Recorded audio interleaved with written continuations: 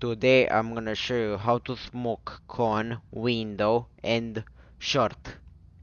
So for cone, you're gonna get into here. See these two things? You go in between them and a bit up. Just a bit up like this and jump through. And as you can clearly see, perfect cone smoke. For a window, you're gonna go here on this antenna, D jump through, and it lands perfectly. And for short, it's simple as well.